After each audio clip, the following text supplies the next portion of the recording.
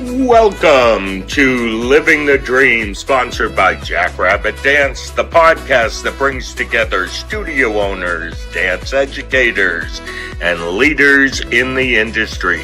Hosted by Ree Gold and Laura Giacomelli, each episode is packed with real talk, inspiration, and a passion for the dance life. We're so glad you're here.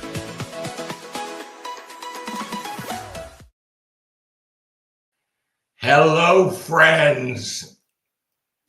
I know you're looking for Laura. However, Laura is off today, and I have my cohort here, Michelle Soutier.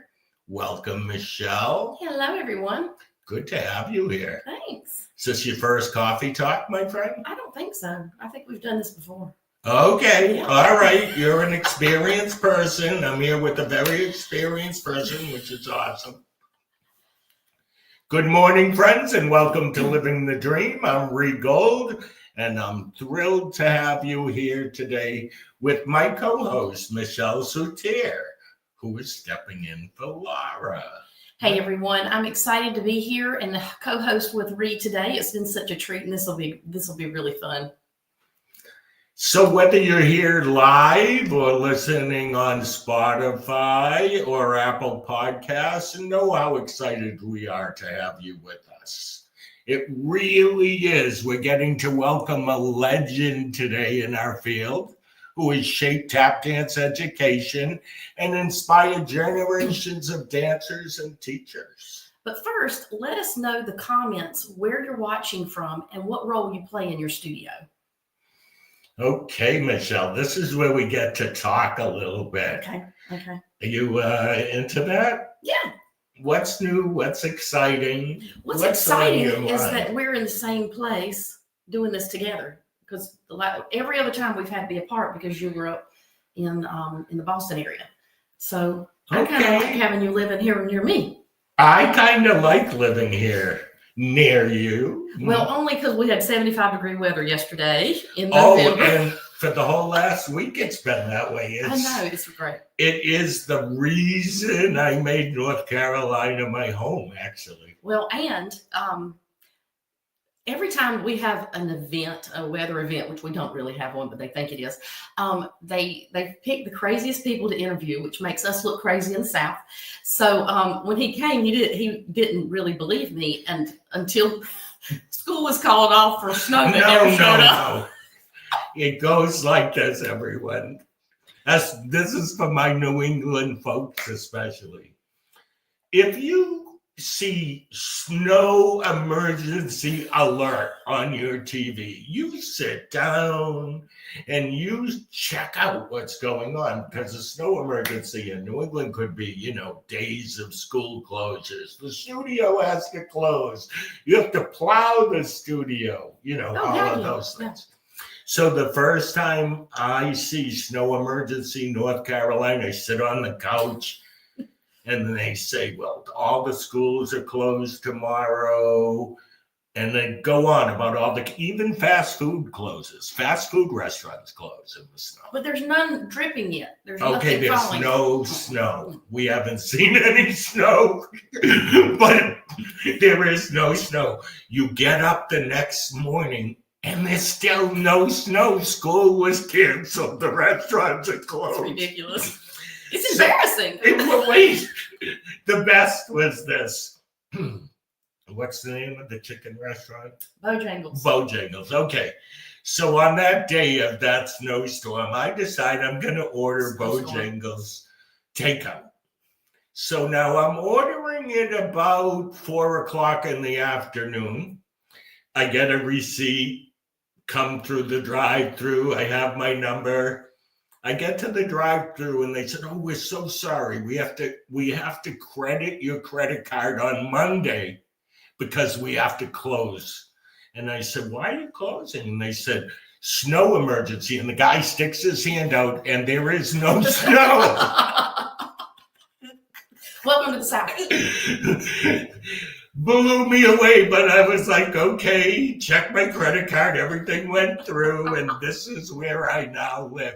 And by the way, there were 4 snow emergencies and only 1 set of flurries in all of those 4 emergencies. It was very stressful. But we've already had flurries this year. I know, that 1 hour. That 1 hour, I walked out. Got weird.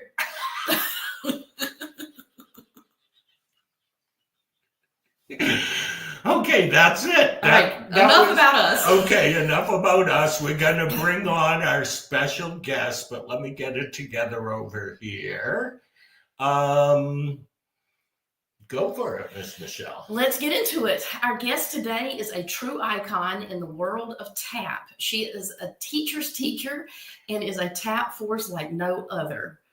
Her resume is miles long. I read it this morning and last week, performing on national stages, international platforms, and producing countless instructional videos and materials and tap intensives. Yeah, so please welcome the one and only. Wait, before we welcome Debbi Dee, we are going to mention our sponsor. Oh, we went in the wrong order there, All right. and I think I'm the director, so I messed that up. You guys, I'll just take this. Our program every week is sponsored by Jackrabbit Dance, and they are a unique company because they are always supporting what dance educators need and want. They provide studio owners with everything they need to simplify operations, from class management to tuition and scheduling. They've got you covered. We will be back with Debbi Dee right after this. This episode is sponsored by Jackrabbit Dance, the dance studio software empowering you to build the studio of your dreams. With over 20 years of experience, Jackrabbit has the solutions and industry insights to help your business grow. Want to increase student enrollment, optimize your pricing to be profitable, or improve staff retention? See how other studios are using Jackrabbit Dance to hit their goals year after year. To learn more, visit jackrabbitdance.com/benchmarks. Okay, now that Regold is finished with his housekeeping items, I would like to welcome Miss Debbi Dee. Debbi, great. Good morning. Good morning. I was laughing at your snow definition because I'm originally from Rochester, New York. Oh, So I know about snow. I do not know about snow. Okay. So you had me definitely laughing earlier. Oh, it's the truth. Has it ever snowed where you snown? Is snown a past tense of snowed? I don't know. In Florida, where you are? They said it did in northern Florida, but I'm in South Florida, so I've never seen it. If I did, it was like a trickle. Yeah. Oh. Perfect snow day. Yeah.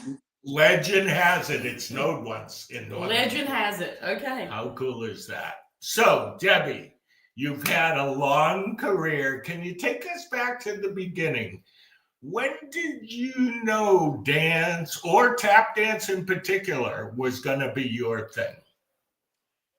You know, I didn't know at first. I was told that I was a little clumsy, and I don't believe that. But my parents wanted to put me into some kind of dance because I was falling up the stairs, not necessarily down. I don't believe a word they said, but they put me in dance, and they decided on ballet and tap. But it was at 2 different studios.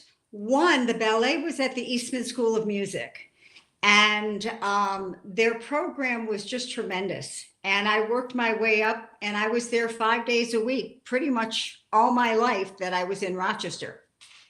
And tap, they found this incredible vaudevillian, and it was only private lessons, one-on-one, from the time I was 5.5 until I left that studio by his request. He told me I needed to spread my wings.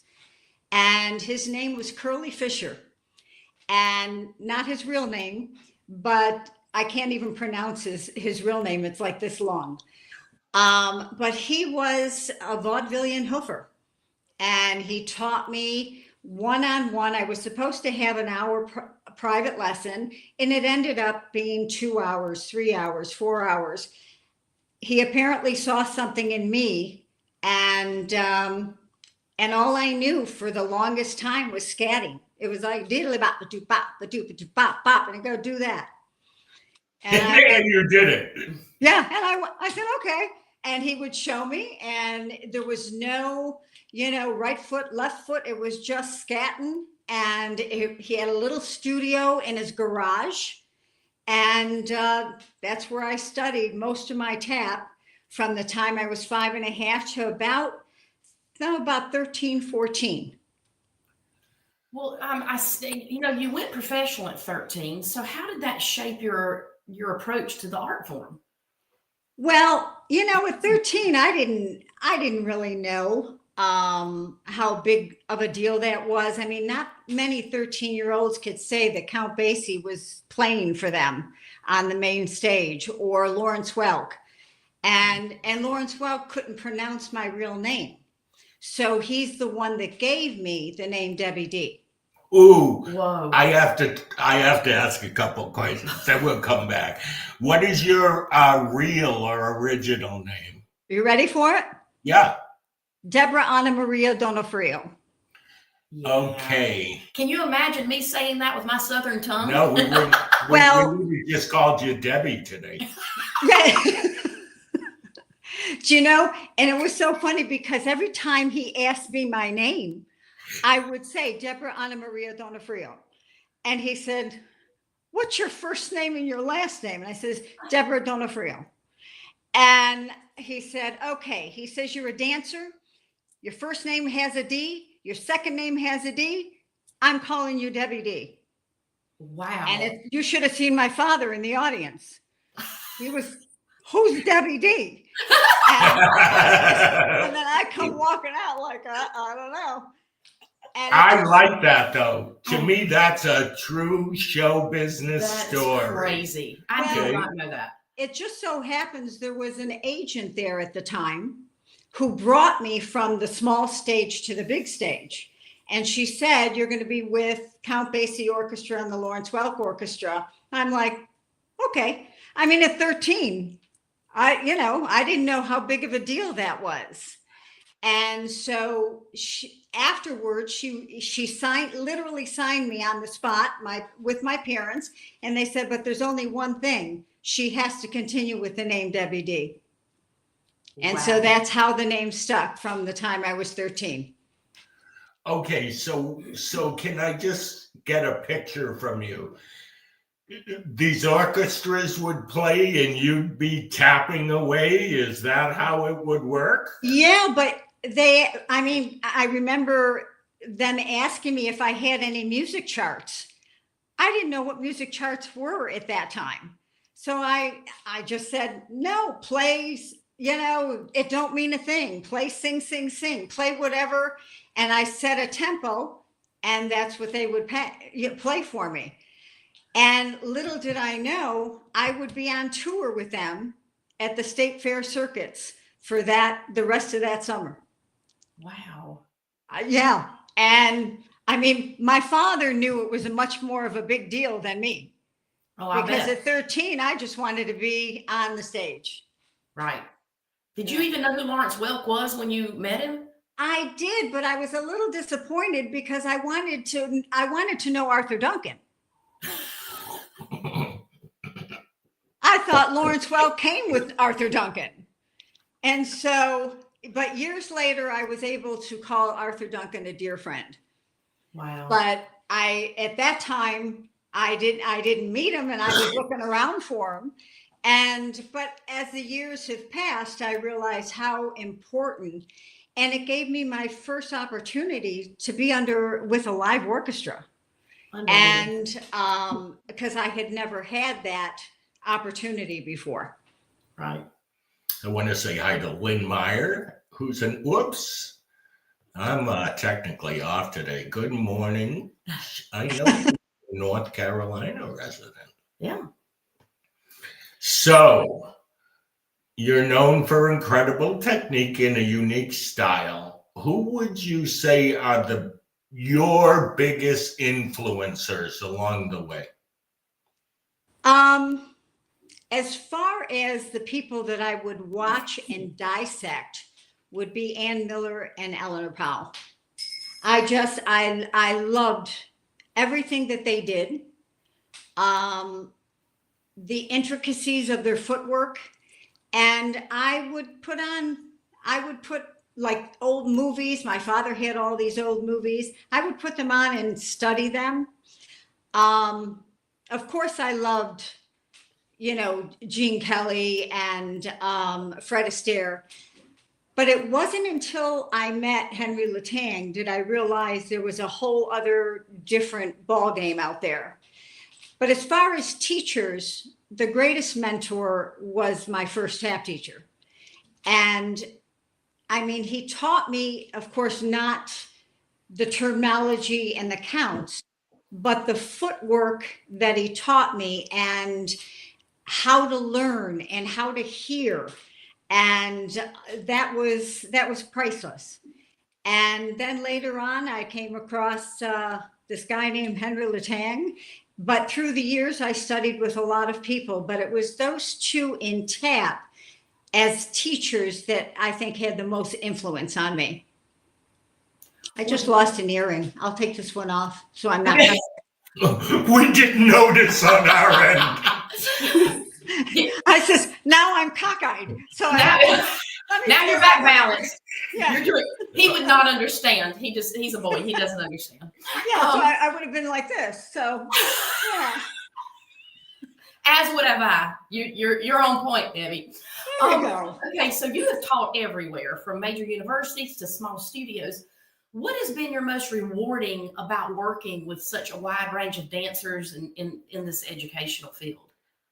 And somebody wants to say hello before you answer that. Jennifer Garrow. Jennifer Garrow. Hello, Jennifer. And I want to say hi to Erin Ray. Okay. Do you remember the question? Yes. No, yeah. Okay. It was about you've taught at studios and universities, so what's been most rewarding about working with such a wide range of dancers and talent? I think the most rewarding is for me to teach teachers. And this I felt from even a young age and a studio owner, because from even an early age, I had teachers from around my area come and take classes. And I think there's Kathleen. Hello, Kathleen. I think basically to be able to help a teacher, to me, is the most rewarding thing. And or teachers in the making, because I get so many questions. How do you do this? How did you do that?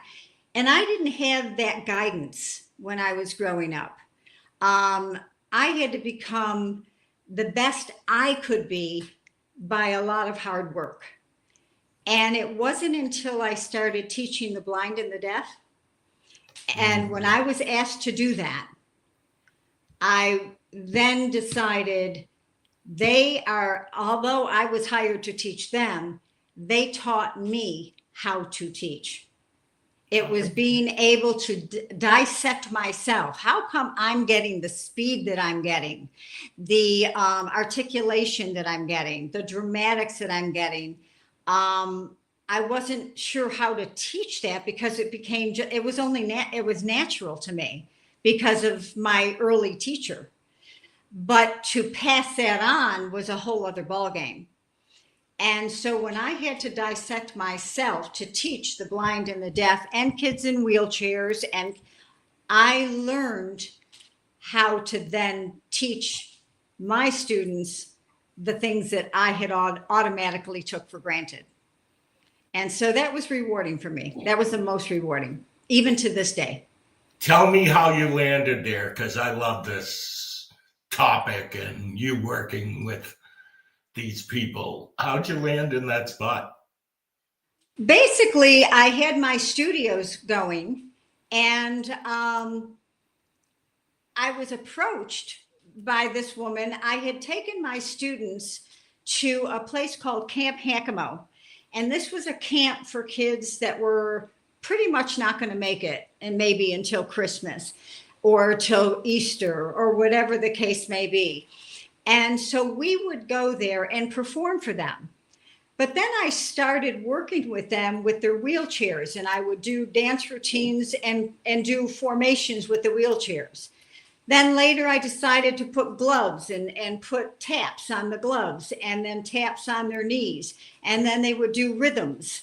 And so I got all of those kids involved.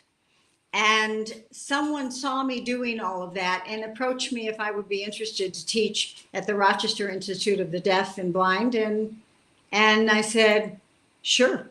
And I didn't know what I was getting myself into, but it was a hard job.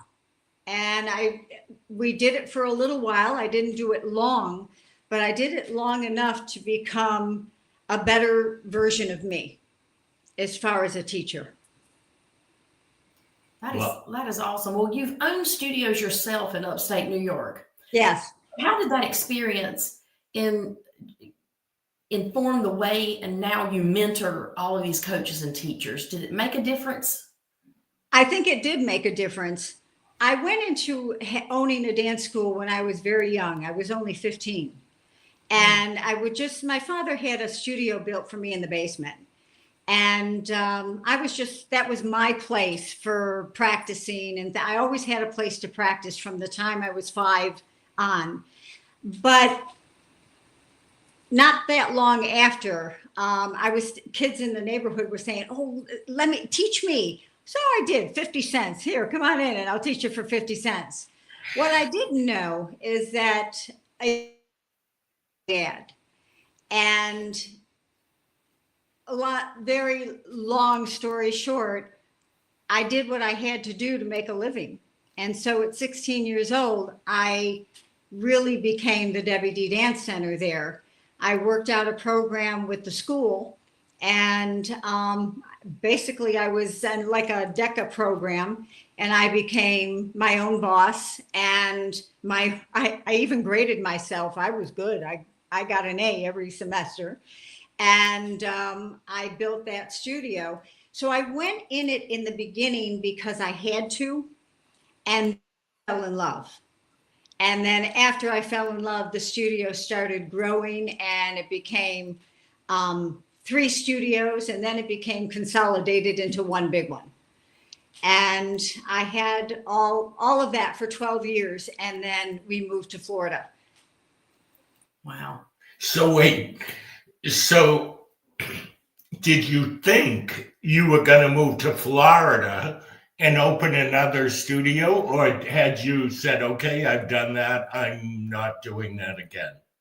I'm not doing that again. I had a feeling that way. But there was a lot of reasons why.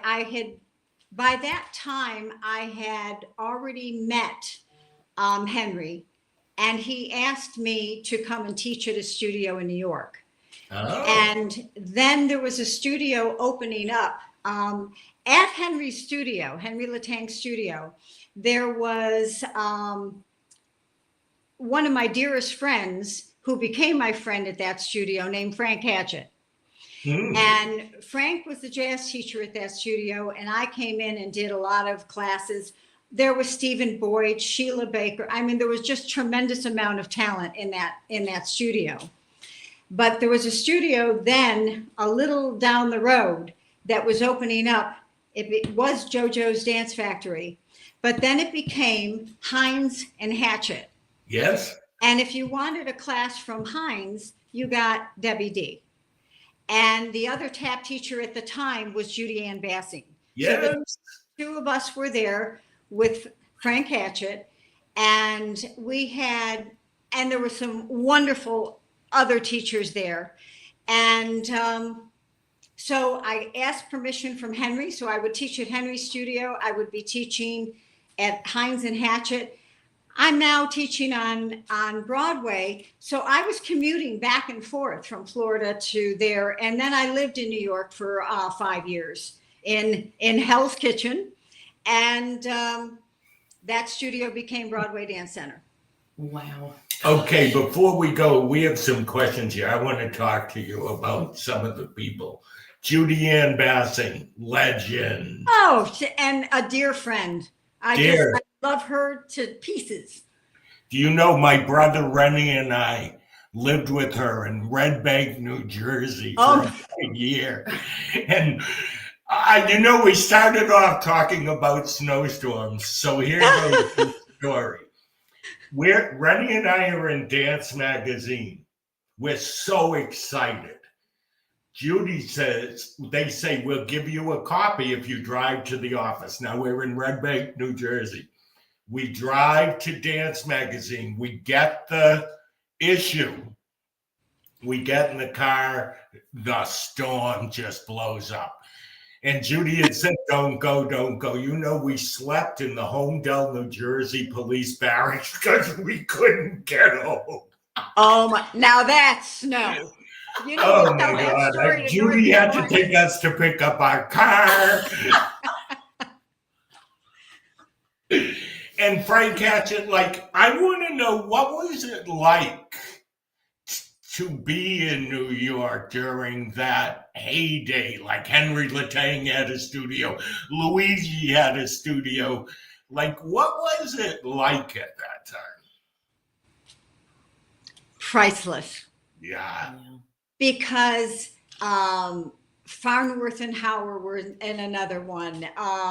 Where Chuck Kelly was, and you had Phil Black, and you had, all of these studios, and especially if you wanted to study, you weren't feeling like you're only going to one studio and, oh yeah, I'll be in your class. You could go just get out and be all over the place. I would study with Tanya Everett and her brother Tim Everett, who were phenomenal in jazz at David and Howard.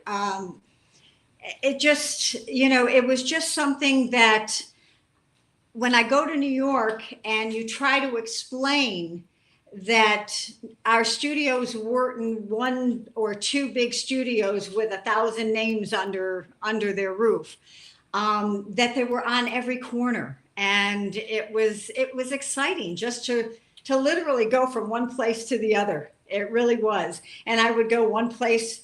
I studied with Raoul Gelabat with ballet, and Zina Romay with the floor bar. And you could just go everywhere and have just an incredible, just life lessons all the time. And it's hard. I still love New York and I still love going, but it's a really different place compared to what I remember. Yeah.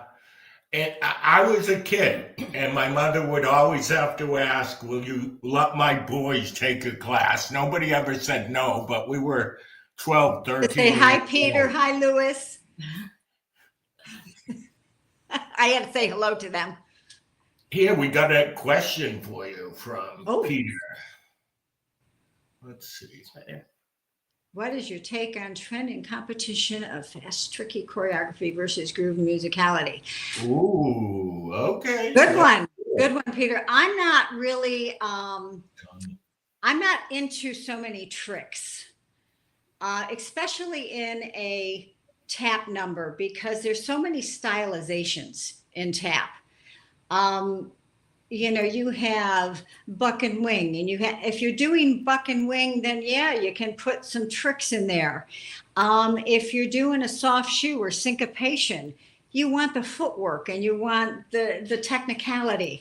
I think everything has its place depending on the piece of music you're working with and the stylization in tap in which you're working with. But I do have, hi, Tommy. I do have a problem when, they're doing a soft shoe and then they throw in the jump up, go into a Nicholas Brothers split and come up. It doesn't fit in a soft shoe. So I think everything has its place. And, it's just like when you're looking at that, it's not to, what impresses me is to see still the stylization of the piece that you chose. If that, I hope that answered your question. I don't want to open a can of worms, but you know that there are judges who don't know that that split doesn't go with that soft shoe. Well, but that's not just now. This, there have been through the last 20, 30 years competitions, like a tap competition, you could hardly hear the taps if the taps are not mic'd. I remember sitting next to my dear friend David Howard, and he was looking at somebody, doing, and I should say attempting to do a wing.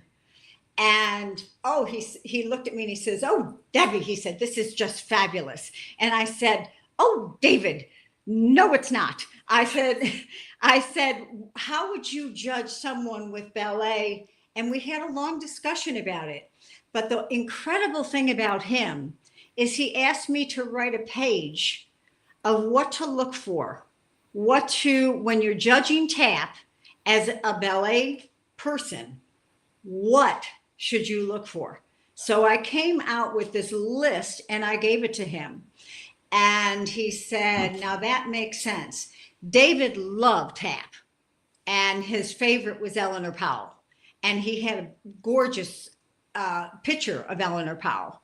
And he was my eating buddy down here in Florida. He would come and teach at one of the places here, and one of the universities here, and do a residency. And we would always get together. And one of the biggest things we would discuss is the technique that you're looking for in ballet as a judge, and the technique you're looking for as a tap person, jazz, and so on. I think it's important. Agreed. I love that, there's probably a lot of people who believe that you're a tap dancer or a tap person, when in reality you have experienced it all. You have worked with David Howard is another legend. And so those of you that are listening, you've heard some names today you might not know, but look up David Howard. He made a big difference in our community. Well, actually, I had a student that was a really good tapper, but he came up to me years later and he said, "Miss Debbie," he says, "I really want to do more ballet." And I said, "Okay." So he went on to study, and I eventually sent him to David, who coached him, and he eventually went on to win the world competitions in ballet. And he then went on to be a dancer and then choreographer for the Robert Joffrey. So I think it's important to know it all. I wouldn't be able to turn and spin the way I used to do in performance without ballet. I wouldn't be able to know. I took piano. I wouldn't know the musicality of certain things if it wasn't. I wouldn't have been able to look at my arranger and conductor and say, "No, this is where I want that to tweak." And, I want to be able to sing that and dance there and, be able to do it all. So you have to, I think in today's world, you have to be able to be versatile, and it's not just a tap dancer or just a ballet dancer. I think you have to be able to have a good foundation in everything if you want a career in dance. I agree. I so often have been so thankful that my teacher when I was young would not let me quit any genre. And and she said, "No, you will not stay here if you do not take it all." And had I not had that, been able to teach everything from baby classes through point, I couldn't have opened my studio all those years ago because I couldn't have afforded whatever I was missing. And so, I'm sorry, there's a lot of studios that no longer offer tap. Right, I know. And and also as well as conventions, that I obviously I'm not being asked to teach at a convention that doesn't have tap, but there are a lot of teachers that have complained about that. They says, we go to a convention, but they don't have tap. And I says, well, I said, there's got to be still a lot out there that do, and you find those and you go with it. You have to be able to adapt as well in our new way of living in the dance world. Okay, I can't go without, this is off script. I can't go without asking you this question. Tell me about Dance Olympus, Nancy Stone, Art Stone. Well, you just mentioned my heart. Okay. Art and Nancy Stone had such an incredible influence, but I'm going to tell you a funny story. When I was first going to a dance convention, I went to DEA, and I didn't know about any of the others. And I was a young teacher, and I brought some of my students. And at that convention, two things happened. This woman, Grace Wakefield, comes up to me and she says, "You belong on that platform." And I said, "What platform?" She says, "Being up there teaching." And I says, "Well, yeah, but the guy was talking about shuffles and ball changes and this, and I don't know what he was talking about." And she says, "Well, you have 1 year to learn." She says, "Here's your contract." She says, "We'll see you back here at the Waldorf Astoria." So I went, wow. So I had to learn the terminology and all of that. Then a man comes up to me and he says, "I'd like to know your kids. Who teaches you? Who's your teacher?" And I looked at them. These were my students. And I said, "I'm their teacher." He says, No. He said, "I want your students. I want to know your teacher." And I said, "Well, that would be me." And he said, "I would love to see you do something." So I did. And he goes, you can't, of course I'm going to do something. He looks at me and he goes, "I'd love to work with you." And he said, "What's your name?" And I said, "Debbi Dee." And he said, "And I'm Henry Latang." Same convention. Now I'm teaching at the convention a year later, and a man comes up to me and he goes, "I want you to work for me." And I said, "Well, who are you?" And he looks at me and goes, "I'm Art Stone." And I he said, said it that way. And I said, "Who?" And he goes, Art Stone.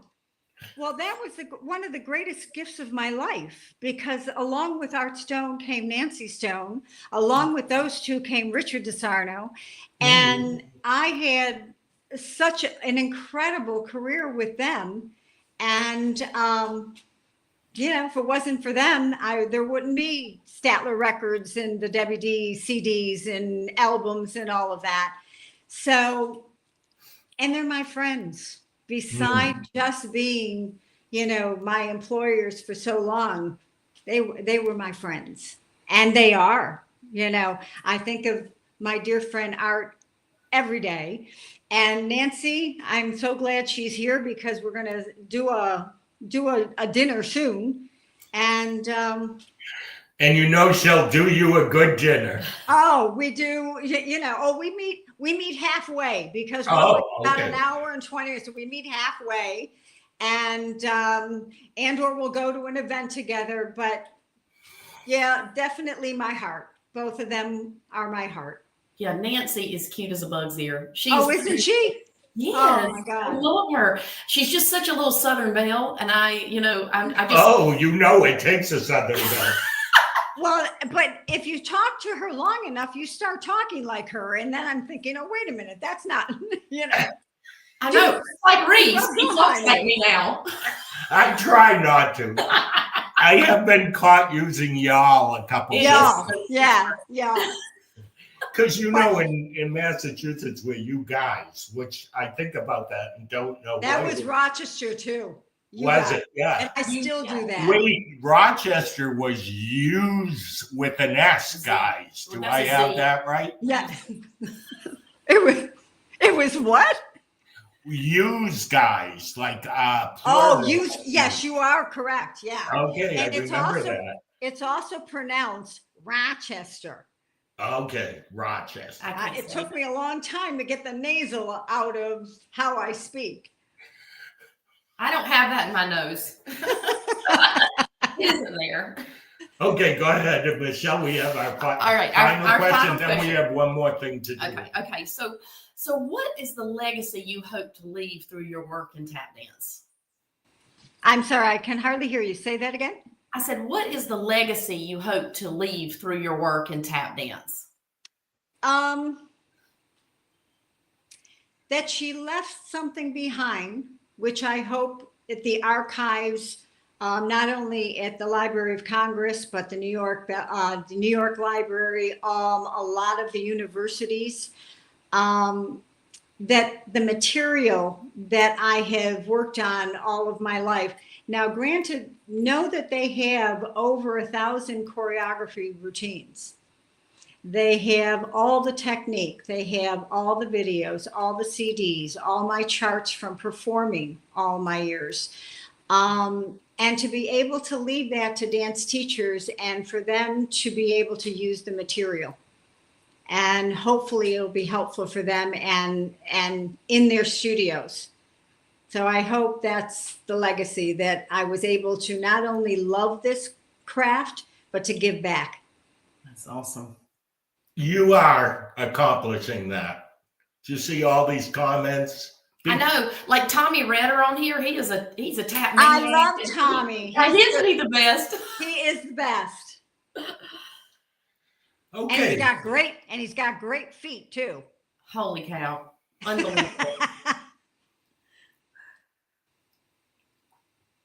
So if you're watching live, drop a comment and tell us one thing that you've learned from a great tap teacher or from Debbie herself that you'll never forget.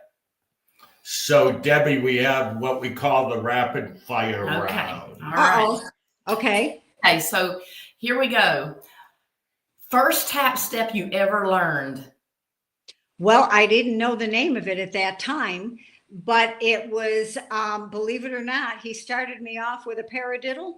But at that time, paradiddle in contemporary tap is the same as a paddle and roll in traditional tap. Yep. Started me off there. And then taught me the waltz clog routine. Taught me a routine in the waltz clog. Who's your favorite tap legend? Is there someone who's been named? As far as a female, has to be Eleanor Powell. As far as a male, it has to be, I take a look at the Nicholas brothers and I'm just in awe. Agreed. Yeah. So awesome. Go-to song to choreograph to. I like drums. Okay. All right. A lot of different integral drums, but especially Latin drum work. All right. Now, this is a very important question. Okay. What is the best snack during a long teaching day? Oh boy, I'm a chocoholic. Most of us are. Yeah, you sounded like you're one who admitted. Me and Nancy Stone used to eat peanut M&Ms like crazy. Ooh, I would have been right there with you. Okay, so every time over the many years I've known Reed, every time he calls me, I'd answer the phone. He'd say, "What are you doing?" And I'd say, "I am living the dream, Regold." So it kind of stuck, and that became what we would say to each other. So let me ask you this. What does living the dream mean to you? Living the dream, it's changed through the years. It really has changed through the years. What was important to me 10 years ago is maybe not as important to me now. But every day that I'm vertical and every day that I can walk, I've already walked 7 miles this morning. Every day that I can get out in nature, any day I can put on a piece of music and know I can tap to it. Every day that I see my husband and my little dog, that's a dream. That's life. I love that so much. It does change as you get older. You know, anything older than 50 is considered an antique. So I'm a seasoned antique. And so Okay, excuse me. Let me get my cane.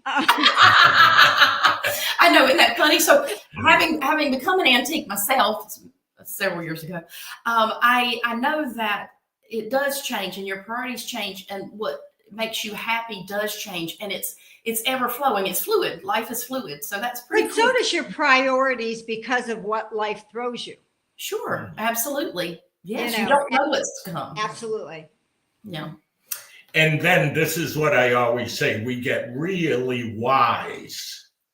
And then we don't have the body to do what we want to do now that we got it together.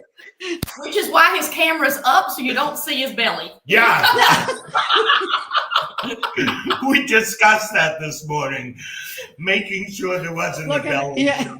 How's that? Hey, you have to do what you got to do. Why are you telling secrets? I don't know. Okay. Debbie, thank you so much for joining us. Oh, thank you. Your story is a gift to the dance world, and your passion continues to light the way. I mean it. I know. Thank you. Thank you. Touched so many. I have taken so many conventions under you, and I used to go to Lebo's Dancewear in Charlotte, and when they would show up and be a vendor places, I'd pick all your videos out and get them and take them home, and just what a blessing you have been to this dance industry. Thank you so much. Well, thank you so much. You made my day. I'm going to walk around with my head totally up in the air today. Okay. You trot around, girlfriend. You can flap around. Flap around. Flap Okay. around. Okay.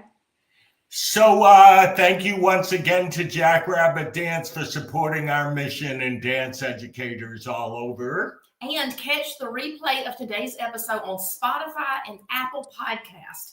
And we'll see you guys next time. Thank y'all for coming and seeing us. Until then, keep living the dream. How cool is that? We're in sync. Thank you, Debbie. Thank you to both of you. Thank you. God bless you, my friend. Take care, everyone. See you then. That's a wrap on this episode of Living the Dream. A huge thank you to our sponsor, Jackrabbit Dance, for their support of our community and helping dance studios thrive. If you loved today's conversation, be sure to subscribe, leave a review, and share with your dance friends. Until next time, keep dreaming, keep dancing, and keep making a difference.